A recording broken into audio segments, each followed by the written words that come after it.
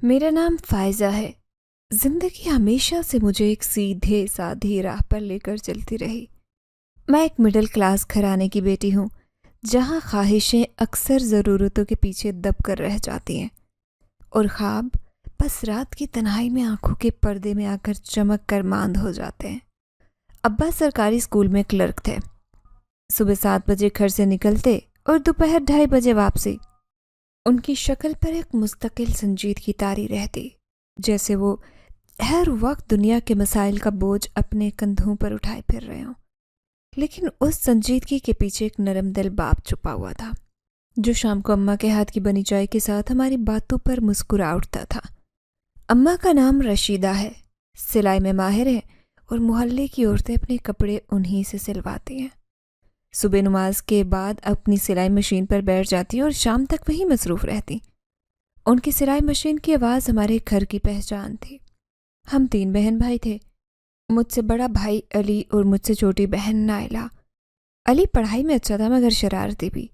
School سے آ کر کپڑے بدلے بغیر گلی میں کرکٹ کھیلنے بھاگ جاتا۔ اماں اکثر اس پر ناراض ہوتی کہ پہلے کپڑے بدل، ہاتھ منہ دھو، پھر باہر جا، مگر وہ کہاں سننے والا تھا۔ نائلہ مجھ سے 3 سال چھوٹی تھی، شرمیلی اور اماں کی لاڈلی۔ ہمارا گھر چھوٹا تھا مگر محبتوں سے بھرا ہوا۔ ہم سب کا دسترخوان ایک ہی تھا، 2 وقت کی روٹی، کبھی سالن کبھی دال، اور جب ابا کی تنخواہ آتی تو اماں ہمارے لیے بازار سے سموسے یا مٹھائی لے آتی۔ عید بقرعید کا اپنا رنگ ہوتا۔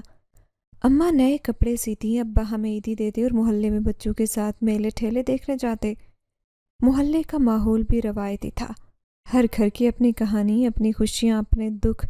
محلے کی عورتیں شام کو دروازے کے سامنے بیٹھ کر گپ شپ کرتے، بچے گلی میں کھیلتے۔ کبھی کبھار کسی گھر میں کوئی بیماری یا فوتگی ہو جاتی تو سارا محلہ گٹھا ہو جاتا۔ ہمارے گھر کے برابر میں چچی حمیدہ رہتی تھی، اماں کی بچپن کی سہیلی۔ چچی حمیدہ کی 3 بیٹیاں اور 1 بیٹا تھا۔ ان کی بڑی بیٹی روبینہ میری ہم عمر تھی اور اسکول کی کلاس فیلو بھی۔ ہم دونوں کی دوستی گہری تھی، اسکول آنا جانا، ساتھ پڑھائی کے بعد ایک دوسرے کے گھر آنا، کھیلنا، گپے لگانا، سب کچھ۔ روبینہ کا مزاج میرے برعکس شوخ اور باتونی تھا۔ وہ ہر بات پر ہنسی مذاق کرتی، جبکہ میں ذرا سنجیدہ اور کتابی کیڑا قسم کی تھی۔ اماں ہمیشہ کہتی کہ روبینہ سے کچھ خوش مزاجی سیکھ لے۔ اسکول کی عمارت پرانی تھی، اونچی دیواریں، دروازے پر ایک بوڑھا چوکیدار جس کا نام اللہ دتا تھا۔ وہ ہمیں بچپن سے جانتا تھا۔ جب کبھی میں دیر سے اسکول آتی وہ مسکرا کر دروازہ کھول دیتا اور کہتا، فائزہ بی بی آج دیر کیوں؟ میں شرمندہ ہو کر کہتی، چچا آج اماں نے جلدی جگایا نہیں۔ وہ ہنس کر کہتا، چلو جاؤ کلاس میں، آج پھر میڈم سے ڈانٹ پڑے گی۔ اسکول کی پرنسپل میڈم شائستہ سخت مزاج تھی۔ ان کی ڈانٹ سے ساری لڑکیاں ڈرتی تھی، میں بھی، مگر پڑھائی میں اچھی ہونے کی وجہ سے وہ مجھے پسند کرتی۔ ہر سال میں کلاس میں پوزیشن لیتی اور انعام میں کتابیں ملتی، جو میری سب سے بڑی خوشی ہوتی۔ میرے پاس اپنی چھوٹی سی لائبریری تھی جس میں 10-12 کتابیں تھیں۔ اماں نے ایک پرانی لکڑی کی الماری دی تھی جسے میں نے صاف کر کے اپنی کتابوں میں سجا لیا تھا۔ شام کو گھر کے صحن میں پیڑ کے نیچے چارپائی پر بیٹھ کر کتاب پڑھنا میری عادت تھی۔ کبھی نائلہ آ کر تنگ کرتی، کبھی علی بال پھینک کر مار دیتا۔ محلے میں ہمارے گھر کی شناخت ایک سادہ، عزت دار اور سلجھی ہوئی فیملی کی تھی۔ اماں محلے کی عورتوں میں عزت رکھتی تھی، کوئی خوشی غمی ہو اماں سب سے پہلے پہنچتی۔ اماں کا کہنا تھا کہ محلے داری کا حق نبھانا چاہیے، اور ہم بھی اسی تربیت میں پلے بڑے۔ میرے والدین نے ہمیں کبھی خواب دکھا کر بہلایا نہیں، ہمیشہ حقیقت کے قریب رکھا۔ کہا کہ اپنی محنت پر بھروسہ کرو، تقدیر سے شکوہ نہ کرو، خواب ضرور دیکھو مگر ان کا بوجھ دوسروں پر نہ ڈالو۔ میں نے بھی یہی سیکھا تھا، سادہ زندگی گزارنا، چھوٹی خوشیوں پر شکر کرنا اور جو پاس ہے اسے سنبھال کر رکھنا۔ ہم بہن بھائی کبھی کسی چیز کے لیے ضد نہیں کرتے تھے، جو مل جاتا خوش ہو کر لے لیتے۔ کبھی کبھی ابا شام کو ریڑھی سے گنے کا رس یا چنے لے آتے تو جیسے عید کا سما ہو جاتا۔ اماں ہنستے ہوئے کہتی، آج تو بچوں کی عید ہو گئی، اور ہم سب ہنستے کھیلتے مزے کرتے۔ میرے ماموزاد خالہ زاد اکثر ہمارے یہاں آتے، خاص کر گرمیوں کی چھٹیوں میں سارا گھر بچوں کی شرارتوں سے گونج اٹھتا۔ دادی اماں ہمارے صحن میں چارپائی ڈال کر سوتی، رات کو کہانیاں سناتی، پرانے زمانے کے قصے، جن بھوت کی کہانیاں۔ ہم سب ڈر کے اماں کے پاس دبک جاتے، مگر مجھے ان قصوں میں خاص دلچسپی نہیں تھی۔ میں زیادہ تر نصاب کی کہانی یا ادب کی کتابیں پڑھتی۔ خوابوں، سایوں یا ماورائی چیزوں کا نہ کوئی یقین ہوتا تھا، نہ دلچسپی۔ میری دنیا وہی تھی آنکھوں کے سامنے جو نظر آتی، اسکول، کتابیں، گھر، محلہ، دوست اور اپنے گھر کی چار دیواری۔ کبھی اماں بازار جاتی تو ان کے ساتھ جانا، چینی، چاول، دال کی خریداری۔ اماں قیمت پوچھتی، دکاندار سے بحث کرتی اور میں خاموشی سے کھڑی رہتی۔ اماں کہا کرتی، بیٹی، چیز کا مول پتہ ہونا چاہیے ورنہ لوگ بے وقوف بنا دیتے ہیں۔ یہی چھوٹی چھوٹی باتیں، چھوٹے چھوٹے سبق ہماری زندگی کا حصہ تھے۔ کبھی کسی قسم کا غیر معمولی واقعہ، کوئی پراسرار چیز یا ماورائی احساس ہمارے قریب سے نہیں گزرا تھا۔ ہماری زندگی بالکل عام، سادہ اور حقیقت پر مبنی تھی، جس میں خوشیاں بھی اپنے حساب کی، غم بھی اور امیدیں بھی۔ مجھے اپنی یہ دنیا پسند تھی، میں کبھی کسی اور دنیا یا عجیب کہانیوں کا حصہ بننے کا سوچ بھی نہیں سکتی تھی۔ زندگی اپنی روانی میں تھی، ہر دن وہی معمول، صبح اٹھنا، ماں کی آواز پر آنکھ کھلنا، کبھی اماں سالن پکا رہی ہوتی، کبھی ناشتہ تیار اور کبھی پانی بھرنے کے لیے آواز دیتی۔ میں بھی ان کی آواز کی عادی ہو چکی تھی۔ دل میں کبھی کبھی یہ خواہش جاگتی کہ کوئی ایسا دن ہو جب ماں مجھے نہ جگائے اور میں اپنی نیند پوری کر سکوں، مگر ساتھ ہی دل جانتا تھا کہ یہ سب محبت کی زبان ہے۔ میری زندگی خوبصورت سے روانی تھی کہ ایک رات ایسا واقعہ پیش آیا جس نے میرے دل میں انجانی الجھن سی بھر دی۔ رات کا وقت تھا، امی ابو اپنے کمرے میں، ہم تینوں بہن بھائی اپنے بستر پر۔ گرمیوں کی رات تھی، پنکھے کی ہوا میں کبھی کبھی بجلی چلی جاتی اور پھر ہاتھ کا پنکھا جھولنے کے سوا کوئی چارہ نہ رہتا۔ میں نیند میں تھی جب اچانک ایسے محسوس ہوا جیسے کسی نے میری کلائی کو آہستہ سے تھاما اور کچھ لپٹنے لگا۔ آنکھ کھلی تو اندھیرے میں کچھ دکھائی نہیں دیا، بس دل کی دھڑکن تیز ہو گئی۔ میں نے جلدی سے بلب جلایا اور دیکھا کہ میری دائیں کلائی پر سرخ دھاگا بندھا ہوا تھا۔ میں گھبرا گئی، فوراً اماں کے پاس بھاگی۔ اماں نے سوتی آنکھوں سے دیکھا اور کہا، ارے پاگل، یہ تیری بہن کی شرارت ہوگی، سوتے میں تجھے ڈرا رہی ہوگی۔ چھوٹی نے نیند میں کروٹ لی اور آنکھیں ملتے ہوئے کہا، میں نے کچھ نہیں کیا۔ اماں نے بھی زیادہ سنجیدہ نہیں لیا اور کہا کہ دھاگا کھول کے پھینک دو اور یہاں آ کر سو جاؤ۔ میں دھاگا کھول کر پھینک آئی، مگر دل میں ایک عجیب سا خوف سما گیا۔ سوچا کہ واقعی چھوٹی نے کیا ہوگا یا شاید علی کی شرارت ہو، مگر دل مطمئن نہیں ہوا۔ اگلی رات پھر وہی منظر دہرایا گیا۔ میں گہری نیند میں تھی کہ ایک بار پھر کلائی پر وہی گرفت، وہی نرم لمس اور پھر دھاگا۔ اس بار میں نے آنکھ کھلنے پر جلدی سے ہاتھ دیکھا تو پھر سرخ دھاگا بندھا ہوا تھا۔ دل کی دھڑکن اور تیز ہو گئی۔ کمرے میں اندھیرا تھا اور پورے بدن پر سردی کی لہر دوڑ گئی۔ میں چیخنا چاہتی تھی مگر آواز گلے میں اٹک گئی۔ بڑی ہمت کر کے اٹھ کے اماں کے پاس گئی اور کلائی دکھائی۔ اماں نے اس بار بھی وہی کہا، ارے بیٹا، تمہیں وہم ہو گیا ہے، کوئی دھاگا نہیں ہے۔ حالانکہ میں اپنی آنکھوں سے اسے دیکھ رہی تھی۔ اماں نے دھاگا کھول دیا اور کہا، بس اب جا کر سو، کچھ نہیں ہے۔ میں خاموش ہو گئی، مگر دل کے اندر ایک بے چینی اور خوف بیٹھ گیا۔ میں نے چھوٹی سے بھی پوچھا مگر اس نے صاف انکار کر دیا۔ علی تو چھوٹا ہے، وہ کیا کرتا؟ میں نے سوچا شاید کوئی محض اتفاق ہو، مگر پھر مسلسل 3 راتیں وہی منظر، وہی دھاگا۔ اب میں اماں کو بتاتے شرمانے لگی۔ دل میں انجانی الجھن، عجیب سے خواب آنے لگے۔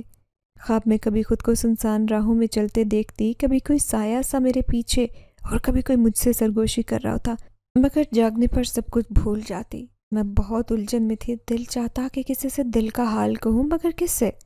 اماں پہلے ہی میری باتوں کو وہم سمجھتی، ابو تو سخت مزاج، وہ تو کہہ دیتے کہ فضول باتیں نہ سوچا کرو۔ چھوٹی کو بتایا تو وہ ڈر گئی اور کہا کہ اماں کو نہ بتانا ورنہ مار پڑے گی۔ محلے کی خالہ جمیلہ تھی جو تھوڑا بہت دم درود جانتی تھی۔ دل کیا کہ ان سے کہوں مگر ہمت نہیں ہوئی۔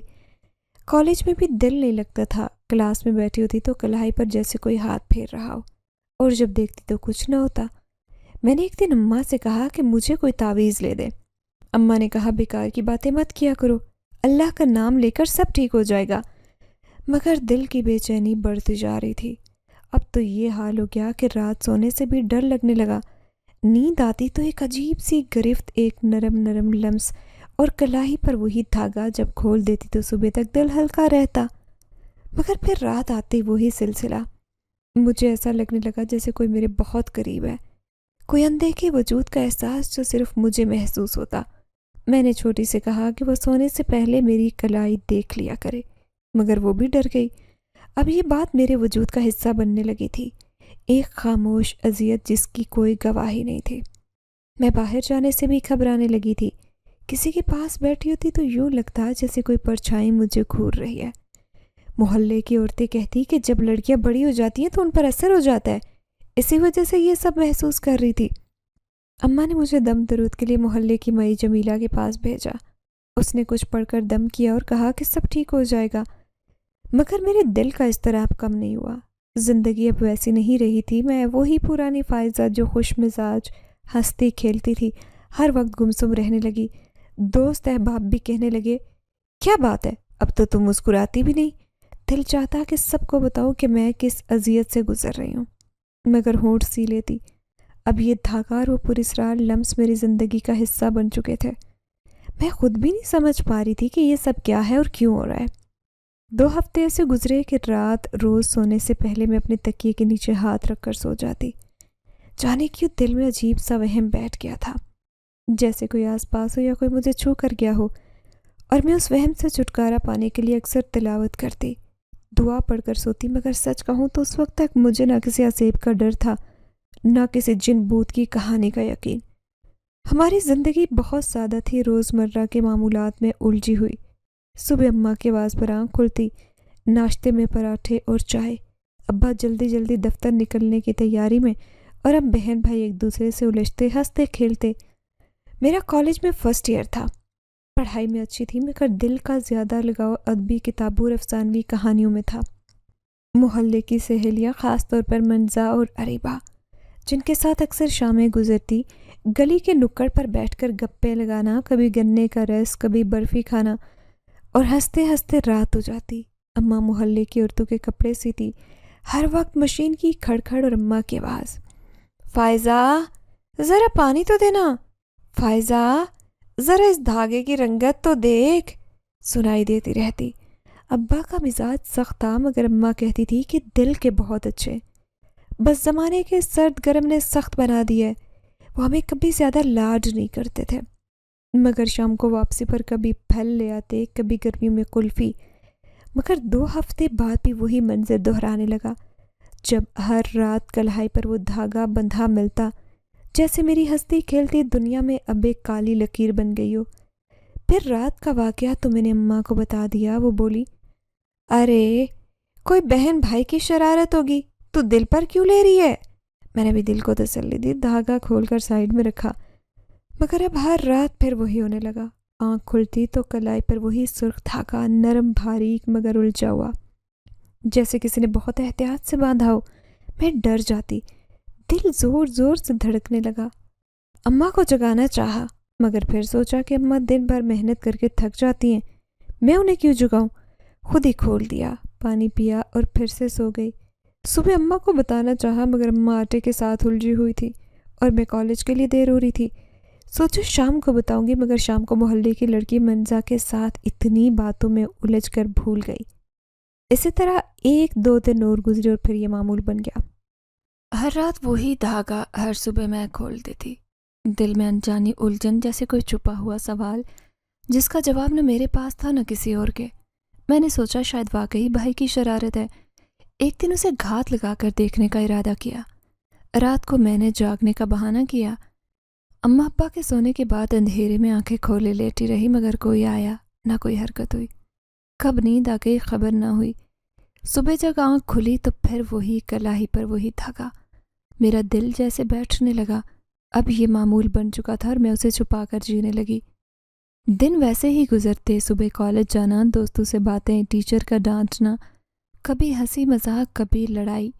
شام کو گھر آ کر اماں کے ساتھ کپڑوں کی کترنے چننا، اماں کی سلائی میں ہاتھ بٹانا، کبھی علی کے کرکٹ کے لیے جھگڑنا، کبھی بازار سے سودا سلف لانا۔ لیکن رات کا وقت آتے ہی دل پر ایک عجیب سا بوجھ، جیسے کوئی سایہ میرے ساتھ ساتھ ہے۔ میں نے اریبہ کو بتانا چاہا، مگر پھر ہچکچا گئی، کہیں وہ مجھے پاگل نہ سمجھے۔ اگر اسے کہتی تو محلے میں پھر سے بات پھیل جاتی، اس لیے میں نے یہ بات اپنے تک ہی رکھنے میں عافیت جانی۔ مگر دل کا وہ وسوسہ، وہ انجانی بے چینی جس کا میں کسی سے ذکر نہیں کر سکتی تھی، دن بدن بڑھتی گئی۔ میں نے اب سونے سے پہلے بسم اللہ آیت الکرسی چال کل پڑھ کر خود پر دم کرنا شروع کر دیا تھا، اور کبھی کبھی اماں کے بستر کے ساتھ لیٹ جاتی۔ اماں کہتی، اب کیا تجھے بھی ڈر لگنے لگا ہے؟ بڑی ہو کر بھی بچی بنی بیٹھی ہے۔ میں مسکرا کر چادر لپیٹ لیتی۔ رات گزر جاتی، صبح دھاگا کھول کر رکھ دیتی۔ 2 ہفتے اسی طرح گزرے۔ اس دوران زندگی کا باقی حصہ بالکل ویسا ہی تھا جیسا پہلے۔ کالج میں منزہ اور اریبا کے ساتھ ہنسی مذاق، اساتذہ کی ڈانٹ، اماں کی سلائی، ابا کا غصہ، علی کی شرارتیں اور گلی محلے کی رونقیں۔ کبھی کبھی میں سوچتی کہ یہ سب میرے ساتھ کیوں ہو رہا ہے۔ ہماری گھر کی کہانیاں ہمیشہ ایک راز سناتی تھی۔ اماں جب بھی بیٹھی ہوتی اور ماضی کی باتیں کرتی تو ایک پرانی حویلی کا ذکر ضرور ہوتا۔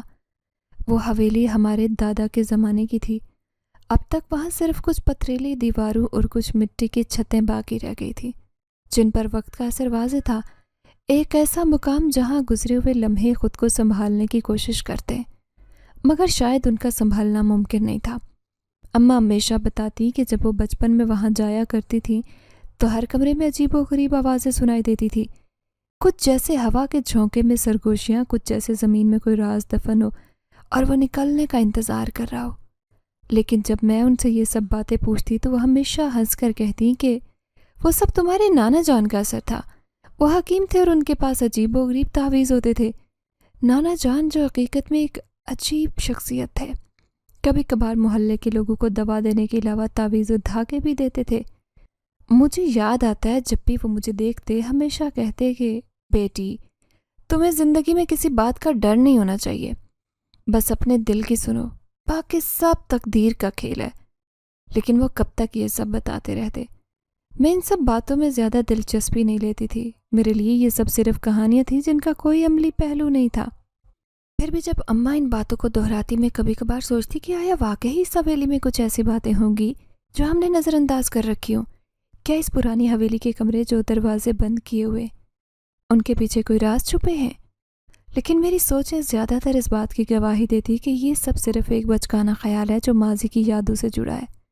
مگر پھر جب وہ پرانی حویلی کا ذکر کرتے کہتے کہ وہاں کچھ عجیب ہوتا تھا، کچھ ایسی باتیں جو آج تک سمجھ نہیں پائی، تب دل میں ایک بے چینی سی محسوس ہوتی۔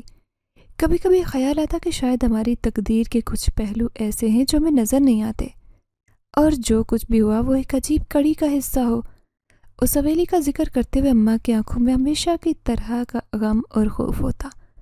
ویسے وہ اپنی جوانی میں وہاں ہونے والی کسی بھی ناخوشگوار بات کو اپنے دل میں چھپائے ہوئے تھی، لیکن جب بھی میں ان سے مزید پوچھتی وہ ہمیشہ اس بات کو ٹال دیتی اور کہتی، یہ سب تمہیں نہیں سمجھنا سوچنا چاہیے، یہ ہمارے بزرگوں کی کہانی اور ہمیں اپنے راستے پر چلنا چاہیے۔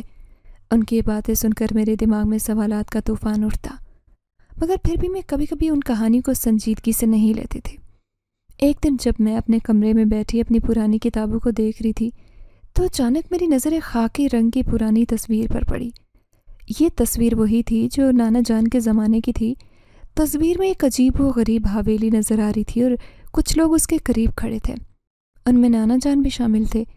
تصویر دیکھ کر دل میں ایک عجیب سا خوف اور تجسس پیدا ہوا۔ یہ وہی حویلی تھی جس کا ذکر اماں اکثر کرتی تھی۔ میرے ذہن میں سوالات کی ایک نئی لہر دوڑ گئی کہ کیا واقعی اس حویلی میں کوئی ایسا راز چھپا تھا جو اب تک بے نقاب نہیں ہو سکا؟ جب یہ سوالات میرے دماغ میں گونجنے لگے تو دل میں ایک عجیب سی بے چینی محسوس ہونے لگی، جیسے کچھ ایسا ہونے والا ہے جو میں ابھی تک نہیں سمجھ پا رہی ہوں۔ لیکن اس وقت مجھے سمجھ نہیں آیا کہ یہ صرف ماضی کی یادیں یا واقعی کچھ اور بات ہے۔ شاید یہ وہ لمحہ تھا جب مجھے اپنی تقدیر کا آغاز سمجھنا تھا، اور یہ تمام باتیں اس کی ایک گہری کہانی کا حصہ تھیں جو وقت کے ساتھ میری زندگی میں آ کر مجھے کچھ نیا سکھانے والی تھی۔ وہ رات خاص تھی۔ میں نے اکثر اپنی ماں کو کہا تھا کہ وہ اس حویلی کے بارے میں مزید بتائیں، لیکن وہ ہمیشہ اس بات کو ٹال دیتی۔ شاید وہ اس وقت ان کہانیوں کو سننے کے لیے تیار نہیں تھی، یا پھر وہ اس سچائی سے خوف زدہ تھی جو حویلی کے بارے میں چھپی ہوئی تھی۔ ایک دن جب میں ان سے دوبارہ یہی سوال کرنے کی جرت کرتی تو وہ تھوڑی دیر خاموش رہ کر مجھے بتاتی ہیں، بیٹی، جب تم بہت چھوٹی تھی تو ہم سب کو ایک خاص نوعیت کا خوف تھا۔ یہ وہ خوف نہیں جو ہمیں رات کو ڈرا دیتا، بلکہ وہ تھا جو دل میں انجانا خوف پیدا کرتا تھا، ایک ایسا خوف جو ہمیں ہماری جگہ سے ہٹنے نہیں دیتا تھا۔ ہماری نانی جان کے ساتھ جو کچھ ہوا تھا وہ کبھی میں تمہیں بتا سکوں گی، کیونکہ وہ اس وقت کی باتیں ایسی ہیں جو تمہاری سوچ سے کہیں بڑھ کر ہیں۔ مجھے یوں لگا جیسے میری پوری زندگی ایک دم رک گئی ہو۔ اماں کی آواز میں ایسی نوعیت کی شدت تھی جو میں پہلے کبھی نہیں سمجھ پائی تھی۔ دل میں سوالات کا طوفان اٹھنے لگا، اور وہ خاموشی جیسے میری تقدیر کے اگلے حصے کی گواہی دینے والی تھی۔ کیا حقیقت میں وہ کچھ چھپانا چاہتی تھی، یا پھر وہ اس راز سے خوف زدہ تھی جو شاید کبھی ابھی تک ان کے دل میں چھپا ہوا تھا؟ دوسرے دن جب گھر کے باقی لوگ کام میں مصروف تھے، میں نے ایک بار پھر حویلی کی طرف جانے کا ارادہ کیا۔ ایک طرف دل میں خوف تھا اور دوسری طرف تجسس، مگر کچھ نہ کچھ تھا جو مجھے اس طرف کھینچ رہا تھا۔ وہ گلیاں، وہ راستے، وہ دروازے جنہیں ہمیشہ نظر انداز کیا گیا تھا، آج ایک نیا راز دکھا رہے تھے، جیسے ماضی کی ہر دیوار میں ایک نیا قصہ چھپا ہو۔ جب میں حویلی کے قریب پہنچی تو عجیب سا سکوت محسوس ہوا۔ کبھی ایسے لگتا جیسے یہ جگہ ابھی تک زندہ ہے، جیسے یہاں کی خاموشی نے اپنی کہانی سنائی ہو۔ میں دروازے کے قریب پہنچی اور جب دروازے کی دھار پر ہاتھ رکھا تو ایک سرد سی ہوا نے میرا پلو ہلکا سا اڑایا۔ دل کی دھڑکن تیز ہو گئی، میں نے ایک لمبی سانس لے کر دروازہ کھولا۔ دروازہ کھلتے ہی اندر کی سیاہ فضا نے مجھے اپنی طرف کھینچ لیا۔ حویلی کا اندرونی حصہ اب زیادہ تر خالی تھا، بس کچھ پرانی چیزیں پڑی ہوئی تھی۔ میں قدم بڑھاتی گئی اور ایک ایک کمرہ دیکھا۔ ایک کمرے میں کچھ پرانے کاغذ پڑے تھے جن پر کچھ انجان زبان میں لکھا ہوا تھا، جیسے وہ کاغذ اور الفاظ یہاں کے وقت سے باہر تھے، جیسے کسی اور دنیا کا حصہ ہوں۔ میری نظریں ان پر جمی ہوئی تھی اور پھر اچانک ایک سرد سی ہوائیں کمرے میں گئی، جیسے کچھ غمگین پراسرار یا مکمل طور پر گمشدہ لمحے یہاں کی فضا میں چھپے ہوئے ہوں۔ میں نے ان کاغذوں کو غور سے پڑھنے کی کوشش کی، مگر ان پر لکھا ہوا کوئی بھی لفظ مجھے سمجھ نہیں آیا۔ ان کا کوئی مطلب نہیں تھا، جیسے یہ ایک پرانی زبان ہو جس کا ماضی میں کسی نے استعمال کیا ہو۔ مگر جب میں نے ایک اور کاغذ اٹھایا تو اچانک میری نظر ایک خاص نقشے پر پڑی۔ وہ نقشہ ایک قدیم حویلی کا تھا اور اس پر کچھ مخصوص نشانات تھے جو میں نے پہلے کبھی نہیں دیکھے تھے۔ میرے دل میں ایک جھرجھری سی دوڑی، جیسے کچھ ایسا تھا جو مجھے ابھی تک نہیں پتا تھا اور اب میں اس تک پہنچنے والی تھی۔ نقشے پر کچھ خاص راستے تھے اور وہ راستے حویلی کے اندر چھپے ہوئے کمرے کی طرف جا رہے تھے، جیسے کوئی راستہ جو ماضی کے لوگوں نے اپنے راز چھپانے کے لیے بنایا ہو۔ دل میں عجیب سا خوف اور تجسس تھا اور میں نے فیصلہ کیا کہ میں ان راستوں کو دریافت کروں گی۔ اس لمحے میں وہ تمام کہانیاں، وہ تمام سچائیاں جو اماں نے کبھی سنائی تھی، مجھے ایک نئی حقیقت کی طرف لے کر جا رہی تھی، جیسے میں ان رازوں کو دریافت کرنے کے لیے تقدیر کے راستے پر چل پڑی ہوں۔ راستے پر چلتے ہوئے مجھے ایسے لگا جیسے کوئی مجھے دیکھ رہا ہو، جیسے حویلی کی دیواریں اور کمرے مجھے اپنی طرف بلا رہے ہوں۔ ایک نیا خوف، ایک نیا راز اور نئی حقیقت کا آغاز ہو رہا تھا۔ اس دن شام ڈھلنے لگی تھی۔ میں نے اس بات کو یہیں چھوڑا اور گھر آ گئی۔ اماں نے بات کرنے کی کوشش کی، مگر میرا ذہن بہت الجھا ہوا تھا۔ میں بستر پر لیٹ گئی۔ رات کا وقت تھا، میں گہری نیند میں ڈوبی ہوئی تھی کہ اچانک دھندلا سایہ میری آنکھوں کے سامنے آیا۔ وہ سایہ اتنا غیر واضح تھا کہ میں اس کی شکل کو صاف طور پر نہیں دیکھ سکی، مگر اس کی موجودگی میرے لیے غیر معمولی تھی۔ وہ سایہ آہستہ آہستہ میرے قریب آیا اور پھر میری کلائی پر وہی دھاگا باندھنے لگا جو میں نے روزانہ اپنی کلائی پر پایا تھا۔ دھاگے کی نرم رگڑ میرے جسم میں سرد سی لہر دوڑا گئی، جیسے وہ سایہ صرف جسمانی نہیں بلکہ میرے اندر کسی گہری سطح پر اثر انداز ہو رہا ہو۔ اس دھندلے سائے کی آواز سنائی دی۔ آواز ایسی تھی جیسے کہیں دور سے آئی ہو، مگر پھر بھی بہت واضح۔ یہ مت کھولنا، یہی تیرے حق میں بہتر ہے۔ میری سانسیں رک گئی اور وہ آواز بہت نرم مگر طاقتور تھی، ایک ایسی آواز جو مجھے متنبع کر رہی تھی، جو میرے اندر کی کسی گہری خوف کی تہہ کو چھو رہی تھی۔ میں ڈر کے جاگ گئی، دل کی دھڑکن تیز تھی، میری نظر چمکدار اندھیروں میں گم ہو گئی اور میرے دماغ میں وہ آواز گونجنے لگی جیسے وہ کسی راز کا حصہ ہو جو ابھی تک بے نقاب نہیں ہوا۔ میں بستر سے اٹھ کر بے چینی سے کمرے میں ٹہلنے لگی۔ دل میں بے شمار سوالات تھے۔ کیا وہ خواب تھا؟ کیا وہ صرف میرا وہم تھا؟ اور اگر ایسا نہیں تھا تو وہ دھاگا کیوں مسلسل میری کلائی پر بندھا رہا تھا؟ اور پھر وہ سایہ جو میری زندگی میں اس طرح وارد ہو رہا تھا، وہ کون تھا؟ کیا یہ وہی جن ذات تھا جس کا تذکرہ میں نے چھوٹے ہونے سے سنا تھا، یا پھر وہ کسی اور قسم کی قوت تھی جو میرے وجود کو اپنی گرفت میں لے رہی تھی؟ جب صبح ہوئی تو میں نے اپنی کلائی پر نظر ڈالی تو وہی دھاگا تھا، وہی دھاگا جو ہر صبح اور ہر رات میری کلائی پر بندھا رہتا۔ ایک ہی دھاگا جو کسی خاص مقصد کے لیے، کسی گہرے راز کے لیے میرے جسم کا حصہ بن چکا تھا۔ میں نے وہ دھاگا کھولنے کی کوشش کی، لیکن پھر وہی آواز میرے دماغ میں گونجے، یہ مت کھولنا، تیرے حق میں بہتر ہے۔ میرے دل میں بے چینی کی لہر دوڑ گئی، جیسے میں کسی اندھیرے راستے پر چل رہی ہوں جہاں آگے کچھ بھی نہیں دکھائی دے رہا، مگر پھر بھی کچھ مجھے وہاں لے کر جا رہا تھا۔ یہ وہ لمحہ تھا جب میں نے فیصلہ کیا کہ اس راز کو مزید نہ دبایا جائے۔ مجھے اس کی حقیقت جاننی ہوگی، چاہے وہ خوفناک ہو یا خوشگوار، لیکن سوال یہی تھا کہ مجھے کس سے مدد لینی چاہیے، اور کیا میرے ارد گرد کے لوگ میری مدد کریں گے یا وہ بھی مجھے اس پراسرار حقیقت سے دور رکھیں گے۔ ایک عجیب سا احساس تھا، جیسے میں کسی خواب کی حقیقت کا سامنا کر رہی ہوں اور اس میں ہر گزرتا لمحہ ایک نئی حقیقت کو کھول رہا تھا۔ ان لمحوں میں جہاں میں نے خواب میں دیکھا تھا اور حقیقت میں جو کچھ ہو رہا تھا، ان میں کہیں نہ کہیں ایک تال میل تھا جو میری زندگی کے ایک نئے باب کی طرف اشارہ تھا۔ اریبہ میری بچپن کی سب سے قریبی دوست تھی، جس سے میں نے ہمیشہ اپنی ہر بات شیئر کی۔ وہ ہمیشہ میرے ساتھ رہتی، میری خوشیوں اور غموں میں شریک ہوتی۔ ہم دونوں کی دوستی کا رشتہ ایسا تھا جیسے ہم ایک دوسرے کی جان ہوں۔ وہ میری زندگی کا ایک اہم حصہ تھی اور ہر لمحے میں اس کی ہنسی، باتوں اور مشوروں کی کمی محسوس کرتی۔ وہ مجھ سے زیادہ آزاد خیال تھی، اس کا انداز زندگی اور سوچنا ہمیشہ سادہ اور کھلا ہوتا تھا۔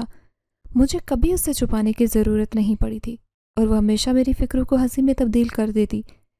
اس دن میں نے اسے دھاگے والی بات کی۔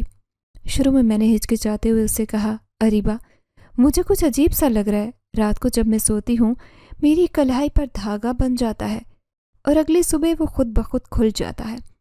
میں نے اسے جتنی تفصیل سے بتایا، اس کا رد عمل کچھ ایسا تھا، کیا؟ یہ تو بہت عجیب ہے، شاید تمہارے دماغ میں کچھ چل رہا ہو۔ وہ ہنسی اور مذاق میں کہنے لگی، یہ شاید کسی جن زادے کی محبت ہو۔ اس کی اس بات پر بھی میں نے ہنستے ہوئے کہا، جن زادے کی محبت؟ کیا تم بھی؟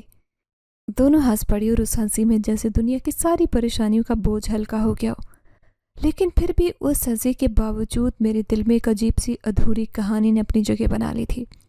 وہ کہانی جو کسی کی نظر میں ہنسی کا باعث تھی، میرے اندر پیچیدہ سوالات کا سلسلہ شروع کر چکی تھی۔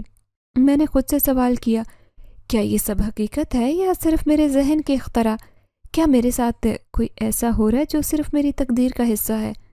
اریبہ کی باتوں کا اثر کچھ دیر کے لیے ہنسی میں بدل گیا، مگر جب میں اپنے کمرے میں واپس آئی تو وہ دھاگا دوبارہ کلائی پر تھا۔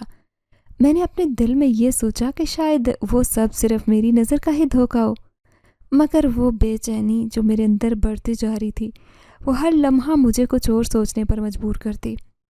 یہ جتنا غیر متوقع تھا اتنا ہی غیر معمولی بھی، اور مجھے اپنے آپ سے یہ سوال کرنے کی ضرورت محسوس ہونے لگی کہ کیا کوئی ایسی حقیقت بھی ہے جس سے میں واقف نہیں ہوں۔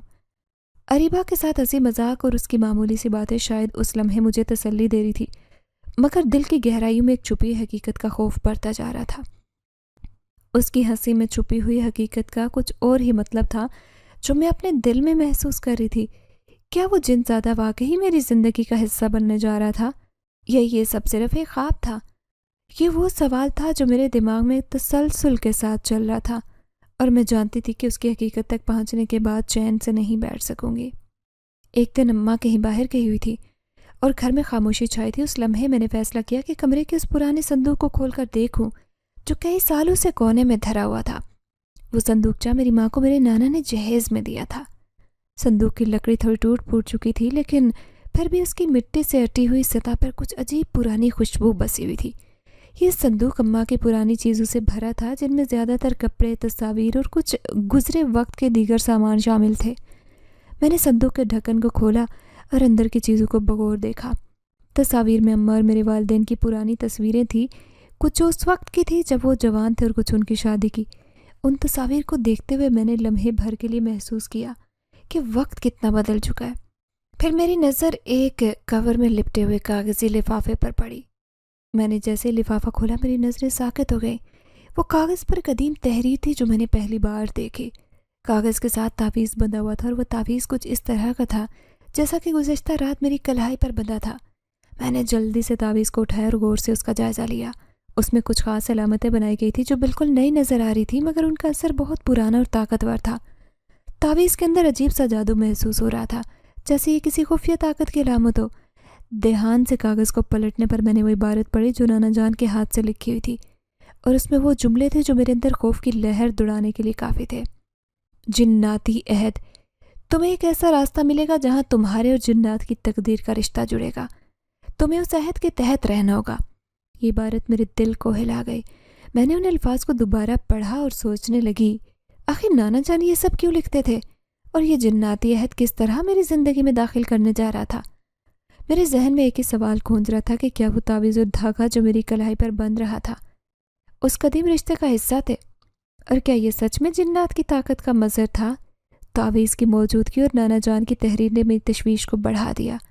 کیا میں صرف خواب دیکھ رہی ہوں یا میری تقدیر واقعی کچھ اور راستہ اختیار کر رہی تھی؟ اس رات کا سناٹا عجیب تھا، جیسے پورے محلے کی فضا میں کوئی غیر مرئی بوجھ سا اتر آیا ہو۔ ہوا میں ہلکی نمی، مٹی کی سوندھی خوشبو تھی، مگر دل جیسے مسلسل انجانی بے چینی میں گھرا تھا۔ اماں اور ابا دیر سے گھر لوٹے۔ ان کے چہرے کی تھکن اور آنکھوں کی ویرانی بتا رہی تھی کہ جیسے وہ کسی بڑی فکر میں گرفتار ہیں۔ علی اور چھوٹی تو معصوم نیند کے مزے لے رہے تھے۔ میں نے بھی سب برتن سمیٹے، ہانڈی چولہے سے اتاری اور اس لکڑی کے صندوق کو احتیاط سے بند کر دیا جس میں وہ تعویذ اور نانا جان کی کتاب رکھی تھی۔ دل بار بار اس طرف کھینچتا جیسے کوئی بار بار آواز دے رہا ہو کہ اسے کھولو، جاننے کی کوشش کرو، مگر ہمت نہیں ہو رہی تھی۔ دروازے پر دستک ہوئی، دل زور سے دھڑکا۔ میں گھبرا کر چادر تھامتی دروازے تک پہنچتی۔ اماں کی سانس پھولی ہوئی تھی، چہرے پر پسینے کی ننھی بوندیں چمک رہی تھی۔ اماں نے ہانپتے ہوئے مجھ سے پانی مانگا۔ میں نے جلدی سے گھڑے سے پانی لیا۔ دیکھا ابا بھی خاموشی سے بیٹھے کسی گہری سوچ میں گم تھے۔ دونوں نے سرسری کھانا کھایا اور پھر ایک ہی کمرے میں جا کر لیٹ گئے۔ ان کے چہروں سے پریشانی صاف چھلک رہی تھی، مگر کوئی کچھ کہنے کو تیار نہیں تھا۔ میں، علی اور چھوٹی دوسرے کمرے میں سوتے تھے، مگر نیند آنکھوں سے کوسوں دور تھی۔ ہر طرف سناٹا تھا۔ کتے بھونکنے کی آوازیں دور سے آ رہی تھی، ہوا کی سرسراہٹ کھڑکی کے پردے ہلا رہی تھی۔ میرے ذہن میں وہ تعویذ اور صندوق گھوم رہے تھے، اور سب سے بڑھ کر وہ سنا ہوا جملہ جو نانا جان کی کتاب میں لکھا تھا، عہد ٹوٹے تو نسل کی قیمت ادا ہوگی۔ دل خوف سے لرز گیا۔ کچھ ہی دیر بعد مجھے ہلکی سرگوشیاں سنائی دینے لگی۔ ایسے لگ رہا تھا جیسے کوئی میرے کانوں کے قریب آ کر مدھم آواز میں کچھ کہہ رہا ہو، مگر الفاظ سمجھ نہیں آ رہے تھے۔ میں پسینے میں شرابور ہو گئی، ہمت کر کے بستر چھوڑا اور اماں کے کمرے کی طرف گئی۔ کمرے کے دروازے کے ساتھ کان لگا کر سنا تو دونوں آپس میں دھیمی آواز میں باتیں کر رہے تھے۔ ابا کہہ رہے تھے، فائزہ اب جوان ہو چکی ہے، اس کے ہاتھ میں دھاگے کے نشان بھی واضح ہو چکے ہیں، اس کی آنکھوں کے نیچے نیلا ہلکا، اور رات کو خواب میں اٹھنا بیٹھنا، یہ سب وہی آثار ہیں جن کا ظہیر نے وعدہ کیا تھا۔ وقت آ گیا ہم اسے سچ بتا دیں، اگر ہم نے اور دیر کی تو معاملہ ہاتھ سے نکل جائے گا۔ اماں کی کانپتی آواز سنائی دی، میں ڈر رہی ہوں۔ فائزہ ہماری بیٹی ہے، اس کی زندگی میں یہ بوجھ کیسے ڈالیں؟ ظہیر کا عہد اتنا آسان نہیں، وہ اپنی نسل کا حساب لینے آئے گا۔ ان کی باتیں سن کر میرے قدموں تلے سے زمین نکل گئی، جسم جیسے سن ہو گیا ہو۔ دل چاہا دروازہ کھول کر اندر جا کر ساری بات پوچھ لوں، چیخ کر کہوں کہ آخر میرے ساتھ کیا ہونے والا ہے، مگر ہمت نہیں ہوئی۔ آنکھوں سے آنسو بہنے لگے۔ میں دبے پاؤں واپس اپنے کمرے میں آئی، مگر نیند آنکھوں سے روٹ چکی تھی۔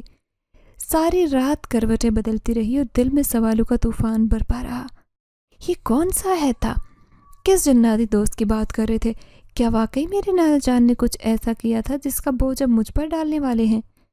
کیا وہ تعویذ، وہ دھاگا اور وہ صندوق میری زندگی کا ایسا راز تھا جس کا بوجھ مجھے تنہا اٹھانا تھا؟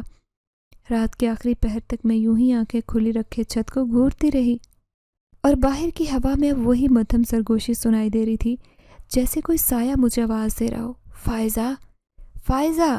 اگلی صبح جیسے ہی روشنی کی پہلی کرن کھڑکی کی درزوں میں سے کمرے میں داخل ہوئی، میرا وجود ہلکا سا کانپا۔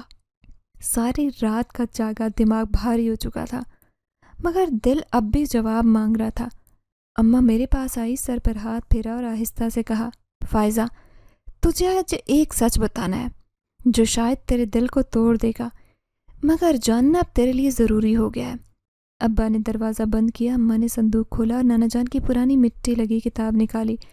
اس میں سنہری کاغذ رکھا ہوا تھا جس کے کنارے جل چکے تھے۔ اماں نے کپ کپاتے ہاتھوں سے کاغذ نکالا اور پڑھنے لگی۔ محمد یعقوب ولد عبدالحلیم اس بات کا اقرار کرتا ہے کہ میں نے اپنی نسل کی حفاظت اور خاندان کے بقا کے لیے جنات کی بادشاہت کے ولی عہد ظہیر بن سلیمان سے دوستی اور عہد کیا۔ میں اپنی آنے والی نسل کی سب سے خوبصورت اور باکمال لڑکی کو اس کی مرضی اور رفاقت میں دوں گا تاکہ میرا خاندان آفات، بھوک، غربت اور دشمنی سے محفوظ رہے۔ یہ پڑھ کر میری روح جیسے جسم سے نکلنے کو آئی۔ میں لرزتے لبوں سے بولی، اماں یہ کیا ہے؟ یہ عہد کیسا وعدہ؟ ابا نے سر جھکایا اور آنکھیں پونچھی اور بولے، فائزہ تیرے نانا جوانی میں بہت ظالم اور مغرور تھے۔ ان کے دشمن ان کے گھر والوں کو مارنے پر تلے ہوئے تھے۔ اسی وقت ان کا جنات کی دنیا کے ایک طاقتور بادشاہ ظہیر بن سلیمان سے واسطہ پڑا۔ ظہیر نے ان کی جان بخشی کے بدلے وعدہ لیا کہ خاندان کی سب سے خوبصورت لڑکی اس کی امانت ہوگی۔ میں خوف سے کانپ گئی، مگر اماں وہ کیوں؟ اماں کی آنکھوں سے آنسو بہہ نکلے۔ فائزہ تو اس نسل کی وہی لڑکی ہے۔ تیرے ہاتھ کی لکیروں، پیشانی کے نشان اور چہرے کی لکیر میں وہی علامت ہے جو زبیر کے عہد میں لکھی گئی تھی، اور وہ دھاگا وہ اسی عہد کی نشانی ہے۔ جس دن تو نے وہ دھاگا اتارا وہی دن ہمارے لیے مصیبت کا آغاز تھا۔ اس دھاگے کا مطلب یہ تھا کہ ظہیر کے سائے میں ہے تو، اور اس کی محافظت اور دعاؤں میں۔ اس عہد کے ٹوٹنے کی قیمت خاندان کے سب سے عزیز جان کی تھی جو ابا تھے۔ میں ساکت گمسم سن رہ گئی، پورے بدن میں سنسنی دوڑ گئی۔ تو وہ جو میں خواب دیکھتی تھی وہ جن زادہ؟ ابا نے سر جھکا کر کہا، وہ ظہیر کا بیٹا جو تیری حفاظت پر مامور ہے۔ وقت آنے پر تجھے اپنے ساتھ لے جائے گا، لیکن تجھے اختیار ہے، یا تو عہد کو نبھا اور خاندان کی نسل سلامت رکھ، یا انکار کر اور اپنی نسل اور گھر والوں کی بربادی کا سامنا کر۔ اس لمحے میرا دل کٹ کر رہ گیا، آنکھوں سے بے اختیار آنسو نکل پڑے۔ ایک طرف میری زندگی تھی، دوسری طرف میرا خاندان، اور وہی جناتی عہد جو میرے نانا نے اپنی انا کی حفاظت کے لیے کیا تھا، اور جس کی سزا اب مجھے ملنی تھی۔ اسی رات کا وقت تھا، گھر میں سوگ کا ماحول۔ اماں کی آنکھیں مسلسل رو کے سوج گئی تھی۔ ابا کی طبیعت ابھی مکمل سنبھلی نہیں تھی، مگر خطرہ ٹل گیا تھا۔ میں صحن میں بیٹھی تنہا سوچوں میں گم تھی۔ دھاگا پھر میری کلائی میں بندھا تھا۔ ہوا کی سائیں سائیں دور سے آتی سرگوشی اور میرے دل کی بے چینی کم ہونے کا نام نہیں لے رہی تھی۔ تبھی اماں نے دروازے پر دستک سنی۔ فائزہ دروازہ دیکھو بیٹی، کوئی مہمان لگتا ہے۔ میں چونک کر اٹھی، اتنی رات کے کون؟ دروازہ کھولا تو سامنے سفید لباس میں نہایت شائستہ اور وجیح نوجوان کھڑا تھا، آنکھیں جیسے ستاروں کی طرح چمکتی ہوئی، بال شانوں پر بکھرے، چہرے پر عجیب سا سکون، ہاتھ میں کوئی ہلکی سی سندل کی خوشبو والی تھیلی۔ السلام علیکم فائزہ۔ اس کی آواز میں ایسا جادو تھا کہ میرا دل دھڑک اٹھا۔ جی آپ کون؟ اس نے مسکرا کر کہا، مہمان سمجھ لو، مگر اصل میں وہی ہوں جس کی تمہیں برسوں سے جھلک خوابوں میں دکھائی دیتی تھی۔ میں ظہیر بن سلیمان کا بیٹا، جسے دنیا جن زادہ کہتی ہے۔ میری سانسیں رک گئی۔ کیا؟ وہ مسکرا کر اندر آ گیا۔ اماں اور ابا نے جیسے ہی اسے دیکھا گھبراہٹ کے ساتھ تعظیم سے اٹھ کھڑے ہوئے۔ ابا کی آواز کب کب آ گئی، جناب آپ؟ اس نے ہاتھ کے اشارے سے ابا کو بیٹھنے کا کہا اور میرے قریب آ کر بولا، فائزہ مجھے برسوں سے تیری محبت کی پیاس ہے۔ میرے والد نے مجھے حقیقت بتا دی تھی کہ جس لڑکی کے نصیب میں دھاگا ہے وہی میرے مقدر کی ملکہ ہے۔ میں نے تیری حفاظت کی، تیری ہر مصیبت میں تیرے سائے کی طرح تیرے ساتھ رہا۔ میں ہکا بکا کچھ نہ کہہ سکی۔ اسی لمحے ابا کی طبیعت یکایک پھر بگڑنے لگی، سینے پر ہاتھ رکھ کر وہ گر پڑے۔ اماں چلانے لگی۔ میں گھبرا کر جنزادے کی طرف دیکھنے لگی۔ وہ بولا، فائزہ یہ آخری موقع ہے، اگر چاہتی ہے کہ تیرا باپ سلامت رہے، تیری نسلیں محفوظ ہوں اور ساری عمر تو سکون سے جیے، تو فیصلہ کر جو نسلوں کا عہد ہے۔ میری آنکھوں سے آنسو چھلک پڑے۔ میں نے آگے بڑھ کر اپنے ہاتھ کی کلائی سے دھاگا چوم لیا۔ شکریہ، تو نے ہمیشہ مجھے بچایا، تو نے ہمیشہ میرا ساتھ دیا۔ جنزادے کی آنکھوں میں بھی نمی اتر آئی۔ فائزہ میں چاہتا ہوں تیرا نکاح مجھ سے ہو، مگر ایک شرط پر۔ میں ہمیشہ تیرے ساتھ انسانوں کی صورت میں رہوں گا، تیری نسلوں پر کبھی کوئی سایہ نہیں آئے گا، تیرے بچے، تیرے بھائی، تیری ماں سب میری پناہ میں رہیں گے۔ میں رو پڑی۔ قبول ہے، اگر تو انسان کی صورت میں رہے گا تو میں تجھ سے نکاح کروں گی۔ جنزادے نے آسمان کی طرف نگاہ کی، دونوں ہاتھ اٹھائے اور پڑھا، بسم اللہ، میں ظہیر بن سلیمان کا بیٹا اس عہد کو پورا کرتے ہوئے آج سے انسانوں میں ایک بشر کی صورت میں رہنے کا حلف اٹھاتا ہوں۔ اسی لمحے ابا کی حالت سنبھلنے لگی۔ اماں کے چہرے پر سکون اتر آیا۔ ہوا جیسے تھم گئی، چراغ کی لو سیدھی ہو گئی۔ میں نے دھاگا دوبارہ چوما اور سجدے میں گر کر شکریہ ادا کیا۔ اگلے صبح نکاح پڑھایا گیا اب وہ مہمان نہیں، میرا محافظ، میرا شریک حیات تھا۔ سارا گاؤں گواہ تھا کہ آج فائزہ کا نصیب بدل گیا۔ اس نکاح کے ساتھ ہی وہ جناتی عہد بھی ختم ہوا، نسلوں کی حفاظت کا وعدہ بھی پورا ہوا، اور مجھے وہ ہمسفر ملا جس کا سایہ ہر قدم، ہر راہ پر میرے ساتھ رہے گا۔ میں فائزہ، وہی جسے برسوں جن زادے کے سائے نے ستایا، خوابوں نے ڈرایا، مگر جس کی تقدیر میں وہی سایہ محبت بن کر اترا۔ میں نے اپنی زندگی میں اتنے دکھ دیکھے کہ خوشی کا تصور بے محال لگتا۔ اماں کی آنکھوں کے آنسوں، ابا کی خاموشی، علی کی سسکیاں، اور میں خود جیسے زندہ لاش۔